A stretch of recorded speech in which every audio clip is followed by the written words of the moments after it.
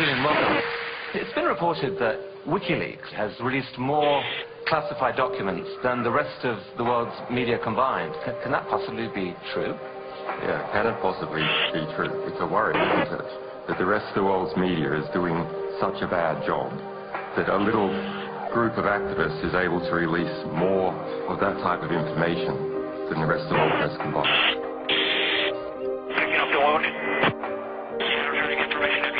Item all up. Come on, fire.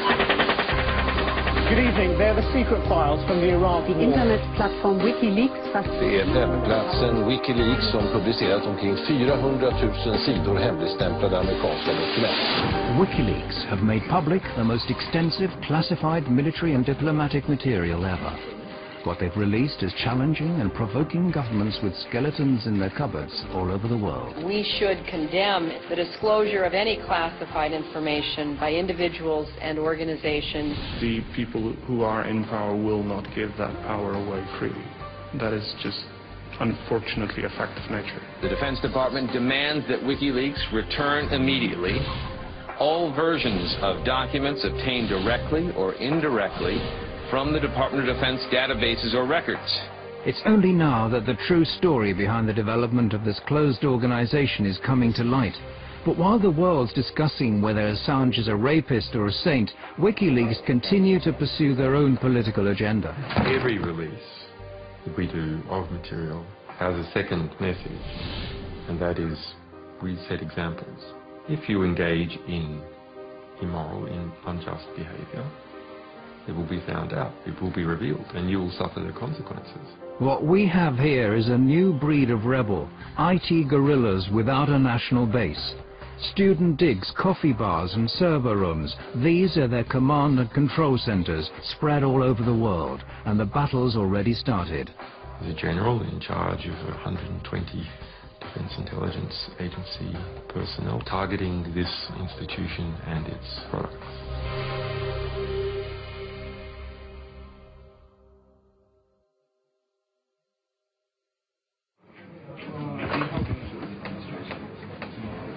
WikiLeaks have become a global force to be reckoned with in record time. It may not be easy to grasp at first, but the release of classified information is just a small step in a long-term political and ideological battle. And that leaking classified information is a weapon and not a means unto itself. The public has a right to know materials, and the historical record has a right to have materials of diplomatic, political, ethical, historical significance. If something is interfering with that process, we will undo it. He's been called the Scarlet Pimpernel of the computer age. If one were to judge him on his looks alone, you could call him a chameleon, given the frequency of his change of hairstyles during the 6 months we've been following WikiLeaks. But if you look under the surface, you'll soon discover that Julian Assange has been revolting against the powers that be for a long time. As a teenager in Australia, he called himself Mendax and got a name for himself as a highly skilled hacker. By the age of 21, he found himself in court pleading guilty to some 20 different charges of hacking. Yeah, I mean, we had a back door in the US Military Security Coordination Center. This is the peak security. We're controlling the security of MILNET, the US military internet. We had total control over this for 2 years. The US space agency NASA is one of the victims of the Melbourne computer hacking syndicate. American investigators, including the FBI, contacted Australian authorities with their suspicions. The court was told the men even tampered with the police investigation into hacking at the ANU. The judge, seeing Assange as just an inquisitive young man, fined him a symbolic sum and released him. However, the trial added further fuel to Assange's feelings about the importance of unrestricted information.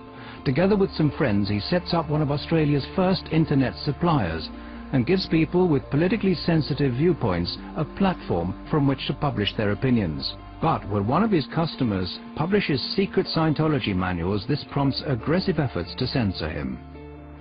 Helen Coburn, one of the lawyers for Scientology in California, I mean, sent many letters trying to attack us, and they ended up hiring a private investigator to try and track me down, who did manage to get hold of my silent telephone line and call me up, and just as a sort of threatening maneuver. I ended up tracking down how they did that. Those efforts to censor the site strengthen his conviction that something has to be done against those withholding important information from the public at large. What the problem was, there needed to be more actions that created positive reform effect, more actions that were just and corrective to injustice. Assange sees disclosures as a preventative instrument. It warns those involved in morally questionable or criminal acts that they'll be found out and will have to face consequences. I understood the significance of disclosures for quite some time. I mean, I registered leaks.org in 1999.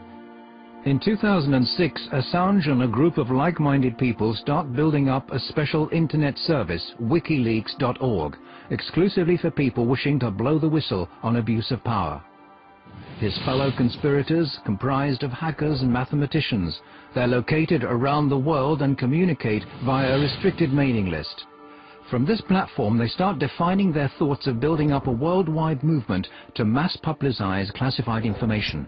They affirm that this is the most cost-effective political weapon and that they intend to place a new star on the political firmament of man. Any reform that is large-scale must be based upon information, because what else can spread other than viruses? Only information can spread and achieve large-scale reform. Inspired by Wikipedia, WikiLeaks distribute the leaked information to anonymous volunteers to check its authenticity and eliminate any traces of the sender's identity. It turns out that the majority of the general public has neither the time, interest or resources to analyze WikiLeaks material, but there are professionals to turn to. In 2006, we hoped that the general public would write analysis articles collaboratively, and not at all true.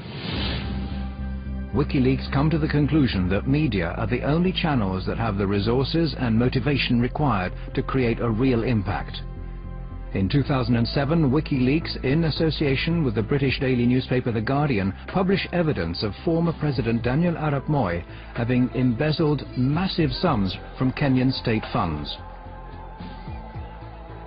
Shortly after that, they release a report about the Kenyan police's use of death patrols. This disclosure causes a great stir, but as an organization, WikiLeaks continue to remain unknown to the general public. However, the word spreads among activists far and wide on the net, eventually reaching the German Chaos Computer Club, the biggest and oldest club for hackers in the world. Well, I heard about it in late 2007 from a couple of friends. I started reading a bit more, but I started to understand the value of such a project to society. The politically engaged Chaos Computer Club has been fighting a long-term battle for free access to information. One of its members, Daniel Domscheit-Berry, is quick to recognize the common ground between his view of society and that of WikiLeaks. He quits his job as a computer consultant so as to devote all of his time to the new organization. The question is the attitude. What attitude do you have to society? Do you look at what there is and you accept that as God-given?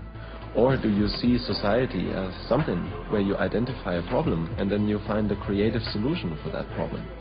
So it is a matter of, are you a spectator or are you actively participating in society? The Computer Club has put the skills of some of the sharpest hacking talents in the world at WikiLeaks' disposal. What's needed now is a physical haven. Hackers linked to the Swedish file-sharing site Pirate Bay have what they need: considerable technical skills in a place where freedom of speech is unusually free. A lot of the